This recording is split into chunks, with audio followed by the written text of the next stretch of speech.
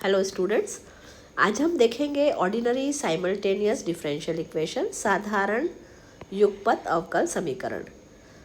ऐसे समीकरण जिनमें एक स्वतंत्र चर होगा और दो या दो से अधिक परतंत्र चर होंगे। तो हमको जो इक्वेशंस पढ़नी है वो है simultaneous linear equation with constant coefficients, अचर गुणांकों सहित युगपत रैखिक अवकल समीकरण। तो यहाँ पे हम जो इंडिपेंडेंट वेरिएबल लेंगे वो टी रहेगा और जो डिपेंडेंट वेरिएबल हमारे होंगे वो एक्स और वाई लेंगे और इनके डिफरेंशियल कोफिशिएंट्स जो भी होंगे वो टी के सापेक्ष रहेंगे क्योंकि हमारा इंडिपेंडेंट वेरिएबल टी है।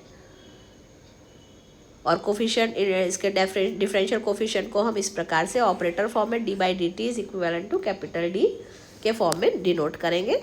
अब इसको सॉल्व करने के लिए मान लीजिए हमारी इक्वेशन दी हुई है f1 of D X plus f2 D of Y equal to t1 और phi1 D of X plus phi2 D of Y equal to t2, जहाँ t1 और t2 ये दोनों जो है इंडिपेंडेंट वेरिएबल हमारा जो t है उसके फंक्शन है और f1 f2 phi1 phi2 जो है वो हमारे कांस्टेंट कोफिशिएंट सहित d के रैशनल इंटीग्रल फंक्शन है। अब इस टाइप की इक्वेशन को सॉल्व करने के लिए हमको x और y की वैल्यू निकालनी है क्योंकि साइमल्टेनियस इक्वेशन है तो दोनों वेरिएबल मिलकर हमको डिफरेंशियल इक्वेशन का सॉल्यूशन देंगे। तो हम इसको सॉल्व करने के लिए पहले हम दोनों इक्वेशन से y को एलिमिनेट करेंगे। उसके लिए हम इसमें मल्टीप्लाई करेंगे इक्वेशन 1 में,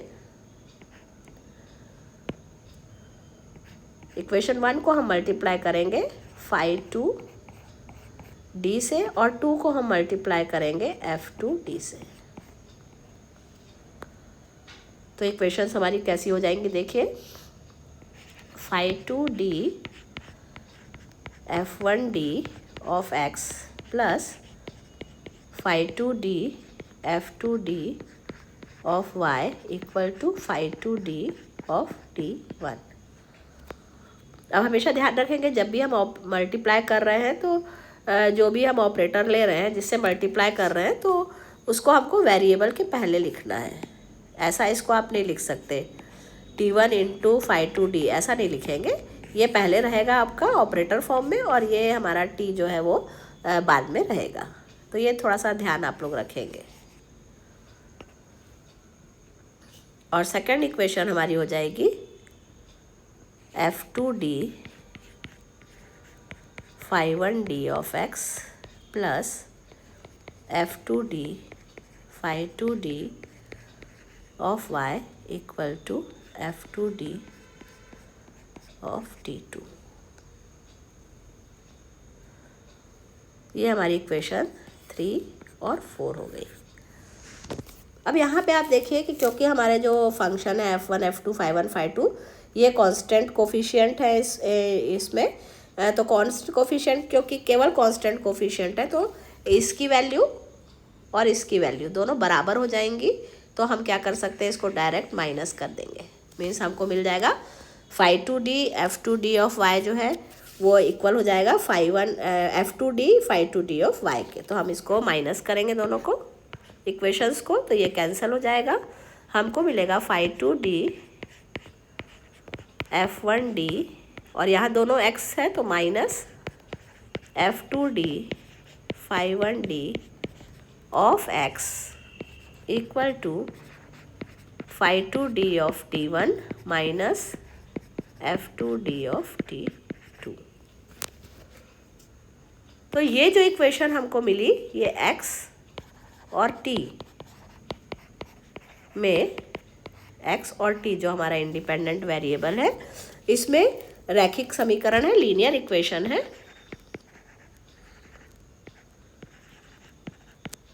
और हम इसको अब आसानी से सॉल्व करके x की वैल्यू निकाल सकते हैं। जब हमको x की वैल्यू मिल जाएगी तो या तो हम इक्वेशन 1 में x की वैल्यू रख देंगे तो हमको y मिल जाएगा, या फिर हम फिर से इस प्रोसेस को करके जैसे हमने यहाँ पे y एलिमिनेट किया वैसे ही हम x एलिमिनेट करके y की वैल्यू भी निकाल सकते हैं। और उसके बाद अब जब हमको इसको सॉल्व करना है तो हमने linear differential equation with constant coefficient में देखा है कि अगर आपका राइट हैंड साइड भी है और लेफ्ट हैंड साइड है तो पहले हम ऑक्सिलरी इक्वेशन निकालते हैं, फिर उसके बाद हम निकालते हैं कॉम्प्लीमेंट्री फंक्शन कॉम्प्लीमेंट्री फंक्शन या पूरक फलन, और फिर हम निकालते हैं पर्टिकुलर इंटीग्रल और फिर जो हमारा सॉल्यूशन होता है वो complementary function plus particular integral मिलकर पूरा सॉल्यूशन देता है। एक क्वेश्चन हम देखते हैं इस पे बेस, तो आपको और क्लियर हो जाएगा। क्वेश्चन है हमारा, सॉल्व dx/dt -7x + y = 0 और dy/dt -2x - 5y = 0। तो हमने यहाँ पे d/dt को ऑपरेटर d ले लिया, तो हमने पहली इक्वेशन जो दी है उसको लिखा dx -7x + y = 0 और दूसरी इक्वेशन हो गई dy -2x - 5y = 0। या इनको हम लिखेंगे तो d -7, दोनों में x है तो हमने x ऐसा ले लिया, प्लस y = 0 और यहाँ हो गया, पहले x ले लेंगे हम तो -2x + d -5, यहाँ से ये दोनों से इंटू y = 0। अब हमको इसको सॉल्व करके x की वैल्यू निकालना है, तो हम क्या करेंगे देखिए,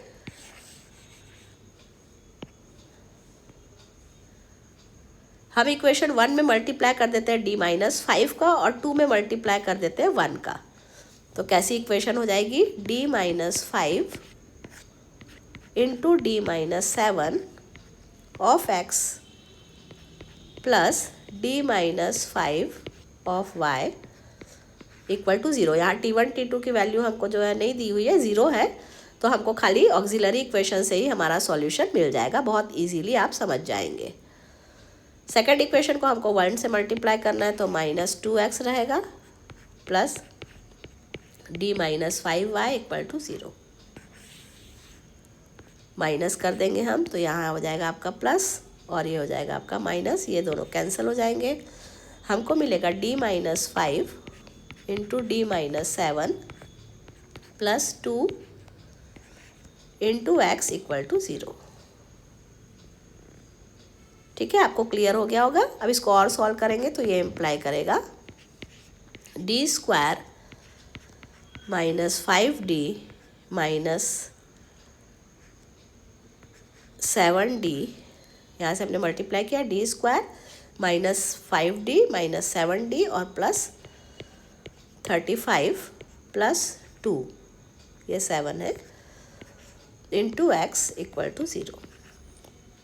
या इसको हम लिख सकते हैं d² -12d plus 37 into x = 0। अब हमारे इक्वेशन देखिए, अब ये हो गया हमारा linear differential equation with constant coefficient type का इक्वेशन। तो इसका सहायक समीकरण या ऑक्सिलरी इक्वेशन जो है हमको मिल जाएगी d² -12d प्लस 37 = 0 को सॉल्व करके हमको वैल्यू मिलेगी। तो इसको देखते हैं, d = यहाँ से हम निकाल लेंगे, यहाँ पे देख रहे हैं आपके गुणनखंड नहीं बन पा रहा है, तो हम d = निकालेंगे -b प्लस माइनस वाले फॉर्मूले से, ax² plus bx plus c = 0 को जैसे हम हल करते हैं तो x बराबर होता है -b plus minus √b² -4ac upon 2a। बिल्कुल वैसे ही यहाँ हम सॉल्व करेंगे, तो d = मिलेगा -b, तो यहाँ पे हमारा जो है माइनस पहले से ही है तो हो जाएगा 12 प्लस माइनस √b² मतलब 12² 144 माइनस 4ac, तो -4 × 37 × 1 अपॉन 2a, तो a हमारा 1 है। अब इसको और सॉल्व करेंगे तो 12 प्लस माइनस √144 माइनस 148 अपॉन 2, ये हो जाएगा 12 plus minus √-4 upon 2, 12 plus minus 2 और -1 रहेगा तो हो जाएगा i अपॉन 2। तो ये हमको मिलेगा 6 प्लस माइनस i, ये हमारी d की वैल्यू आई। ठीक है, तो हमारा डायरेक्ट हमको x की वैल्यू मिल जाएगी। अतः हमने समीकरण लिया था ये वाला, इस समीकरण से हमको मिल गया x बराबर, अब देख रहे हैं आप कि ये हमने पहले किए हुए हैं linear differential equation with constant coefficient में, कि जब हमारा अल्फा प्लस माइनस आई बीटा के फॉर्म में होता है, रूट्स जो है, तो हम उसको लेते हैं e to the power alpha x, तो यहाँ पे हो जाएगा e to the power 6, x की जगह हो जाएगा टी, क्योंकि हमारा यहाँ पे इंडिपेंडेंट वेरिएबल टी है और एक्स की वैल्यू हमको मिल रही है, इनटू C1 कॉस ऑफ, वहाँ पे हम लेते थे बीटा, तो यहाँ पे आपका बीटा जो है वो 1 है, तो हो जाएगा C1 cos T plus C2 sine T. ये वाला फॉर्मूला आपको बता देते हैं कि जब हम अल्फ़ा प्लस माइनस आई बीटा के फॉर्म में हमारे रूट्स आते हैं तो हमारा जो CF निकालते हैं वो होता है e to the power alpha x C1 cos beta x plus C2 sine beta x. उसी को हमने यहाँ पे अप्लाई किया है। यहाँ पे हमारा जो अल्फ़ा है वो आपका 6 है और बीटा जो है वो आपका 1 है, लेकिन हमारा वेरिएबल जो यहाँ पे हम इंडिपेंडेंट है वो टी है, तो मीन्स x इक्वल टू हमको मिला e to the power 6t C1 cos T plus C2 sine T. ये हो गई हमारी x की वैल्यू। अब y की वैल्यू निकालने के लिए हम फिर से समीकरण को ले सकते हैं, फिर से हमारी इक्वेशंस को ले लेते हैं हम। ये मान लीजिए हमारी हो गई इक्वेशन 3, जो कि हमको x की वैल्यू दे रही है।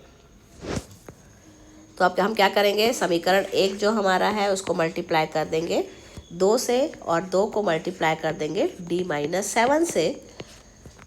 ऊपर आप समीकरण देख लीजिए तो क्या होगा, हमको y की वैल्यू मिल जाएगी। कैसा मिल जाएगा आपको देखिए, 2D-7 into X plus 2y equal to 0 और minus 2D-7 of x plus D-7 D-5y equal to 0।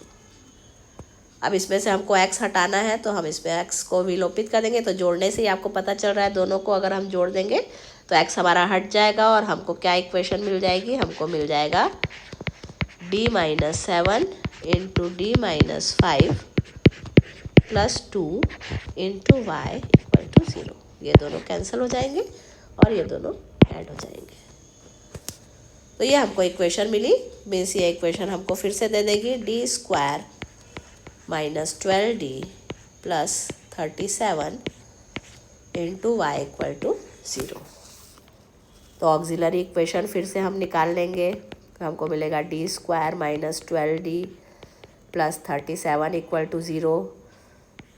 और क्योंकि आपको यहाँ पे राइट हैंड साइड में 0 है, क्यों हमारा है नहीं यहाँ पे, तो हम क्या करेंगे डायरेक्ट इसमें हमको y की वैल्यू मिल जाएगी। जैसे हमने यहाँ पे सॉल्व किया, रूट्स निकाला, बिल्कुल यही रूट आपको फिर मिल रहे हैं। 6 प्लस माइनस आई मिलेगा, इसके रूट्स हो जाएंगे 6 प्लस माइनस आई, तो y इक्वल टू मिल जाएगा हमको e to the power 6t C1 cos t plus C2 sin t।